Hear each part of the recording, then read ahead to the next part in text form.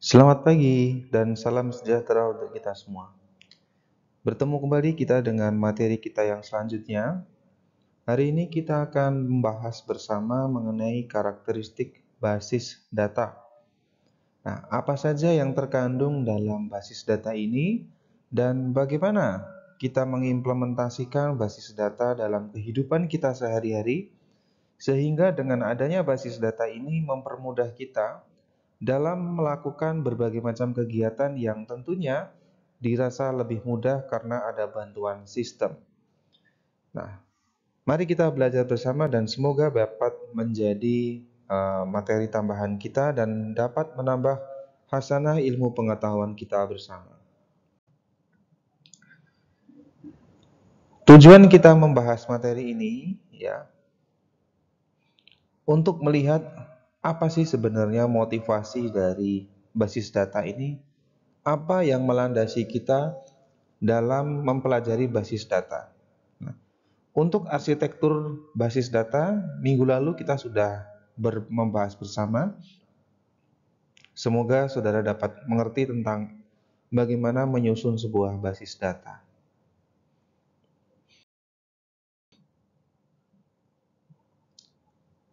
Untuk sistem basis data ya, kita lihat dulu nih, apa definisinya?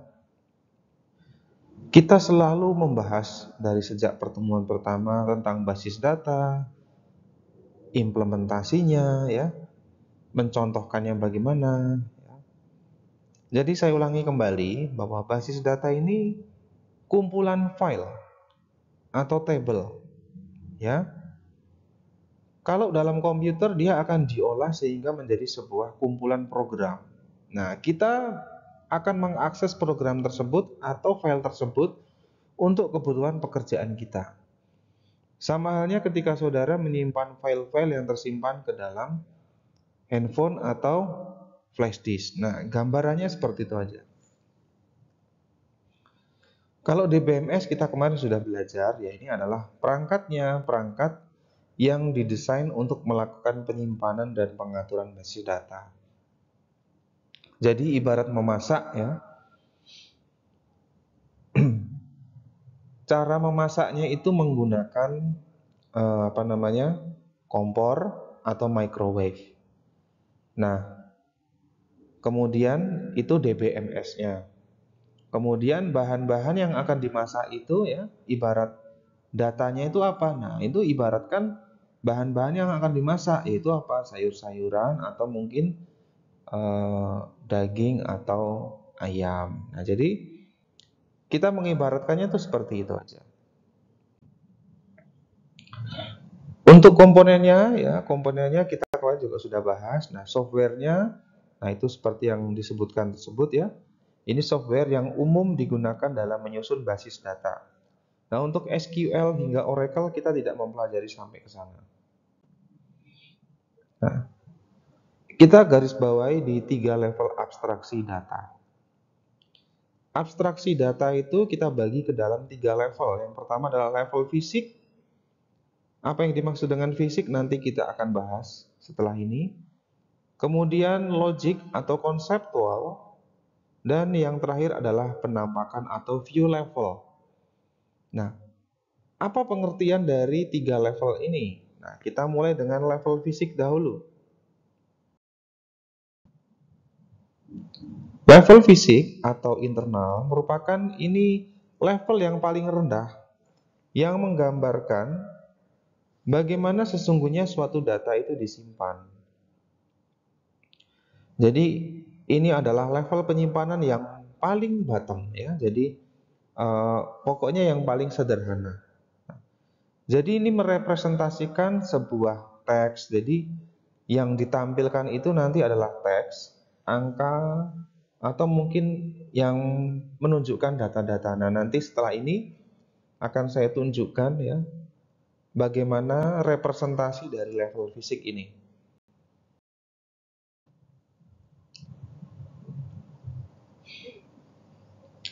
Kemudian level konseptual, nah, yaitu memperhatikan data yang sebenarnya. Jadi data itu disimpan ke dalam basis data, kemudian dibuat hubungan antar data.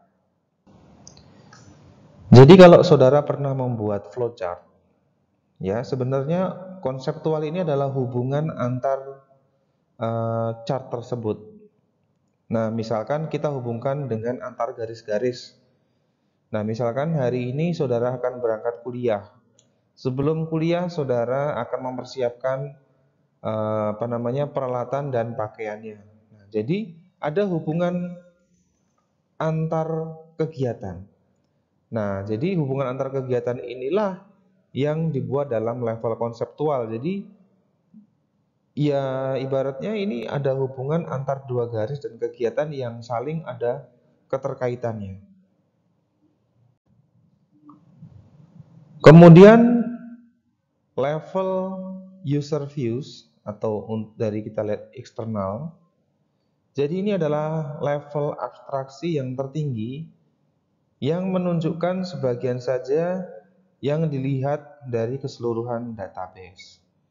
Jadi ini hanya menunjukkan sebagian. Ya, artinya apa itu? Contohnya. Kalau saudara memperhatikan dalam SIAS atau ibaratnya yaitu sistem informasi yang untuk mengakses mata kuliah, KRS dan absensi saudara. Nah, itu saudara kan hanya dibatasi aksesnya hanya untuk kebutuhan mahasiswa saja. Saudara tidak bisa mengakses sistem ya untuk dosen misalkan, untuk bagian keuangan dan yang lain-lain. Jadi karena memang ini level database-nya ini customized dan diperuntukkan hanya untuk orang yang berkepentingan saja, maka ada pembatasan penggunaan dalam aksesnya. Nah, jadi ada satu kesatuan data yang nanti ada salah satu user atau ya kita ibaratkan pemakai yang bisa mengakses semuanya. Dari mahasiswa, dosen, karyawan, semuanya lah. Nah, itu di level pimpinan, di puncak. Nah, jenjang data itu yang pertama kita mulai dari karakter hingga database. Jadi ini alurnya yang terjadi dalam jenjang datanya dimulai dari karakter hingga database. Nah, apa yang dimaksud dengan karakter hingga database? Kita bahas satu persatu. Nah, karakter ini merupakan bagian terkecil ya. Jadi ibaratnya ini ketika kita menginputnya itu berupa huruf, angka. Nah, ini ibarat saudara mau menyimpan ya. Jadi saudara membuat kalimat, susunan kalimat diketik dulu. Nah, ini adalah karakter. Nah, ketika sudah terjadi karakter, baru dibuatkan ke dalam field. Nah, saudara kan ketika sudah selesai melakukan pekerjaan atau mengerjakan tugas, akan disimpan ya, direcord. Kemudian saudara namai, misalkan file tugas, lalu disimpan ke dalam field atau folder, ya. Kemudian saudara record. Nah, di record dijadikan satu ke dalam folder besar, misalkan folder tugas manajemen database. Nah, dalam folder besar manajemen database itu berisi folder-folder lagi yang berisi misalkan tugas minggu pertama, minggu kedua hingga nanti minggu ke-15. Nah, jadi kumpulannya besarnya namanya record. Yang sebelumnya tadi apa tadi? Ya, silakan nanti diulangi lagi. Ya, biar saudara juga bisa menyimak satu persatu materinya. Kemudian saudara jadikan menjadi satu file. File kampus. Nah, jadi sehingga menjadi apa? Semua bisa tercustomize satu persatu dan bisa di-filing berdasarkan kebutuhan pemakainya. Nah, kumpulan dari file-file tadi ya, itulah yang dinamakan database. Seperti ketika ini contohnya. Dalam tabung ini kan ibaratnya wadah ya. Ini kita sebut sebagai database. Isinya ada file mata kuliah saudara ini. File mata kuliah sistem informasi, manajemen database, kemudian akuntansi keuangan dan sebagainya. Dalam file ini ya, yang di dalam tabung file ini berisi data-data lagi. Ya. Data-datanya ini bisa berupa tugas minggu pertama, minggu kedua dan sebagainya. Nah, jadi yang mewadahi ini semua adalah kita sebut sebagai database. Nah, kemudian kita belajar lebih dalam lagi mengenai tipe file. File ini yang pertama adalah file induk atau master file. Jadi kalau saudara selalu ditanya, mana master filenya? Mana file induknya? Kalau ditanya nanti dalam dunia pekerjaan itu dilihat sumbernya mana. Jadi dalam master file ini datanya itu relatif statis, jarang berubah. Misalkan daftar gaji atau file silabus mata kuliah. Nah, silabus mata kuliah atau RPS ini biasanya sudah ditetapkan oleh prodi. Nah, dosen yang mengampu hanya mengupgrade terkait buku ajar yang digunakan. Secara keseluruhan tidak ada yang berubah dalam RPS itu karena merupakan file induk. Ya, ketika terjadi perubahan pun hanya minor saja. Kemudian ada file induk dynamic. Nah, ini sering berubah kalau ini bedanya. Nah, contohnya kalau sering berubah ini terjadi pada toko convenience store atau Indomart. Nah, data-data yang dalam file induk itu pasti akan berubah karena apa? Karena ya harga-harga yang ditampilkan di Indomart itu cenderung selalu berubah. Misalkan mendekati Lebaran ini pasti kan barang-barang yang dijual di Indomart itu rata-rata berubah. Nah, jadi ya memang karena sifatnya selalu berubah-ubah, maka kita namakan dynamic. Kemudian transaction file. Jadi kalau saudara mempunyai bisnis di bidang toko kelontong ya, transaksi sehari-hari yang saudara lakukan di toko itu terjadi disimpan ke dalam file transaksi ya. Isinya itu berupa ya data penjualan hari ini. Nah, kenapa harus disimpan, Pak? Misalkan seperti itu. Nah, dalam penjualan itu kan tidak selalu menunjukkan penjualan yang cash. Ada juga penjualan yang sifatnya kredit. Nah, maka transaksi yang terjadi hari itu dibuatkan ke dalam historical file atau data historis yang dirangkum menjadi satu dalam file transaksi. Nah, setelah file transaksi itu disusun, maka di akhir periode atau di akhir pelaporan dibuatkan report file atau file lapor, yaitu menunjukkan output dari keseluruhan informasi apa yang ingin ditampilkan. Nah, file laporan saudara sebagai seorang mahasiswa adalah kartu hasil studi yang berisi IP semester saudara selama berkuliah 1 semester. Nah, itu hasilnya. Nah, makanya kita namakan report file. Kemudian file sejarah atau historical file. Nah, jadi misalkan di dalam komputer saudara menyimpan data atau di handphone menyimpan data. Nah, data tersebut dihapus karena mungkin sudah tidak digunakan lagi atau mungkin sudah saudara menghapus, pokoknya nggak mau lihat gitu ibaratnya. Biasanya kan akan masuk ke dalam file sampah. Tapi suatu hari saudara ingat pengen melihat lagi foto yang sudah dibuang atau data yang dibuang. Maka masuk ke dalam historical file. Dicari mana yang dulu pernah dibuang. Nah, nanti saudara bisa download lagi ketika memang dirasa file tersebut penting. Nah, kemudian yang terakhir adalah backup file. Nah, saudara sering ditanya, mana data backupnya? Nah, data backup ini menjadi mitigasi risiko ketika terjadi data rusak atau hilang. Nah, ini sebuah antisipasi.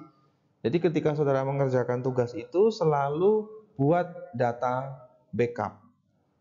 Ya, manakala memang terjadi kena virus filenya, saudara tidak perlu khawatir karena apa? Sudah mempunyai data backup-nya.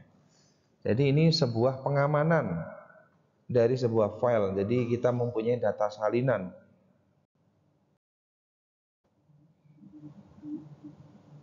Kemudian model data.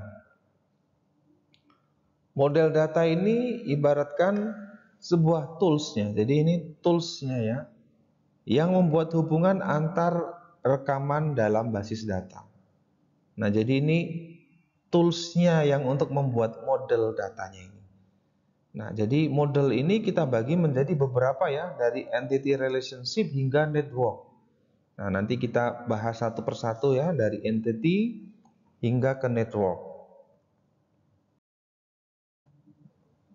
Nah, entity relational model atau kita singkat IR aja ya.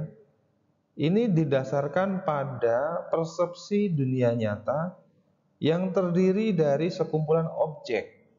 Nah, jadi ini adalah gambaran objek gitu loh. Jadi yang dihubungkan satu persatu sehingga menjadi sebuah hubungan.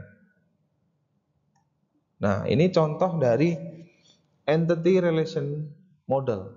Nah, contohnya begini. Kita lihat dulu satu persatu. Ini gampangannya ketika melihat sebuah hubungan antar satu kesatuan. Kita lihat dari kolom orang tua. Orang tua punya anak enggak? Punya. Nah, kita anggapnya ini yang punya ya. Kalau tidak kan selesai sampai di sini. Punya. Nah, punya itu mahasiswa bukan? Iya mahasiswa. Tidak selesai ya. Nah, mahasiswa itu punya hobi enggak? Ya, ada hobi. Nah, hobinya itu berarti dia punya hobi, maka kita ambil di sini kesimpulan. Nah, dia senang ya. Kemudian apakah dia mengambil mata kuliah? Ambil. Ya. Terus dia terdaftar di mana? Nah, jurusannya apa? Di jurusan itu ada dosennya enggak? Ada. Tadi hubungannya dengan ambil mata kuliah? Iya, ngambil. Nah, terjadi proses belajar mengajar antara mata kuliah tadi dengan dosennya. Nah, ini ketemu di sini menjadi proses ajar. Nah, mereka belajar di mana? Di ruang ini. Nah, jadi itu hubungan IR model gampangannya ya. Jadi ini tidak perlu komputer, ini adalah sebuah sistem yang menghubungkan antar satu kesatuan. Ya, jadi ini ya inilah cara mengatur sebuah sistem.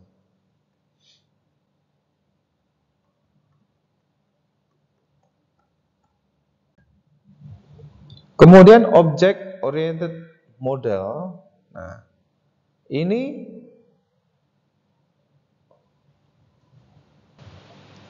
jadi ini adalah objek yang memiliki tipe nilai. Ya. Jadi dikelompokkan ke dalam satu kelas, kemudian disatukan dalam bahasa pemrograman. Kita lihat contohnya aja. Nah, ini adalah contohnya. Kita kelompokkan mahasiswa secara satu persatu. Dari nama hingga golongan darah, kemudian IPK-nya dan mengambil mata kuliah apa. Nah, mengambil mata kuliah apa kita buat foldernya, ya. Mata kuliahnya terdiri di kode apa? Kodenya, namanya, berapa SKS, dan ini peruntukan semester berapa. Dan berikutnya adalah pembayaran. Nah, pembayaran ini nanti akan dibuatkan folder lagi. Jadi ada hubungan antar satu kesatuan. Nah, ini saudara melakukan input ini ya. Misalkan folder mahasiswa, ini saudara inputkan ke dalam sistem database. Nah, kalau saudara belajar Microsoft Access, ya ini nanti ketika mahasiswa menginput nama langsung bisa terintegrasi ke mata kuliahnya apa. Nah, makanya ini kan diatur dalam Microsoft Access. Nah, jadi ini yang saudara input satu persatu ya ke dalam perintah access-nya tadi. Kemudian model relasional. Nah, model ini adalah gampangannya menggunakan join operation, artinya itu menghubungkan terlebih dahulu tabel-tabel tersebut menggunakan atribut yang sama. Nah, contohnya seperti ini. Nah, jadi ini contoh dari pengertian tadi.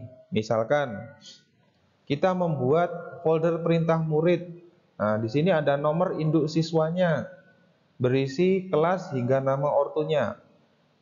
Nah, kemudian dari kelas itu kita breakdown lagi ke bawah, berisi siapa guru walinya. Nah, guru walinya siapa? Nah, nanti akan kita breakdown lagi data dari gurunya. Nah, dalam kelas dan guru ini ada proses belajar. Nah, makanya dihubungkan dalam satu folder yaitu belajar. Ya, berisi mata pelajarannya hingga ini masuk ke hari keberapa sistem contohnya. Kemudian sebelum terjadi proses belajar mengajar itu ada sistem perintah yang nantinya ketika proses belajar selesai itu ada proses namanya ulangan atau ujian. Nah, jadi nanti siswa akan mendapatkan undangan ulangan di sini ya, ada perintahnya ke sini. Karena proses belajar mengajar di sini sudah mulai akan dievaluasi. Nah, ini kita breakdownkan lagi ulangan apa yang akan diujikan kepada siswa. Nah, makanya kan ini kita kelompokkan dulu, kemudian kita hubungkan dalam satu kebutuhan antar filenya tadi.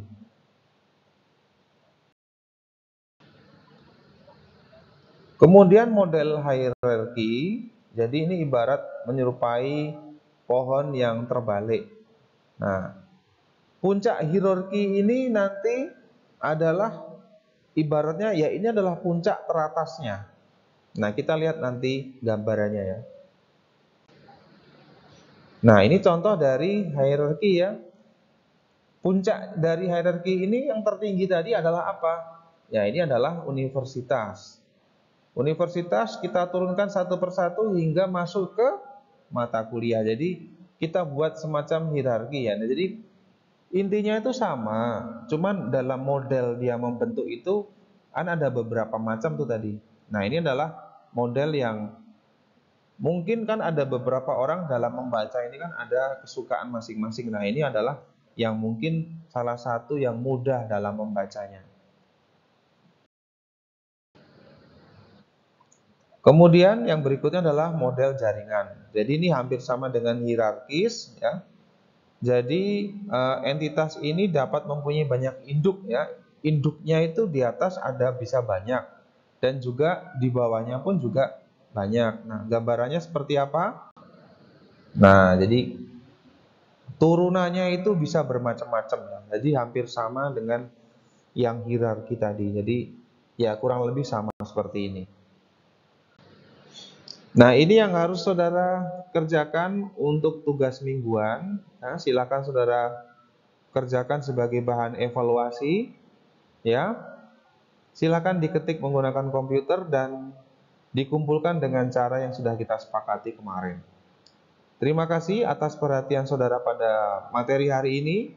Semoga dapat memberikan tambahan ilmu yang bermanfaat bagi kita semua dan semoga dapat saudara implementasikan nantinya di dunia kerja. Terima kasih, kita bertemu lagi nanti di video selanjutnya. Saya tutup. Wassalamualaikum warahmatullahi wabarakatuh.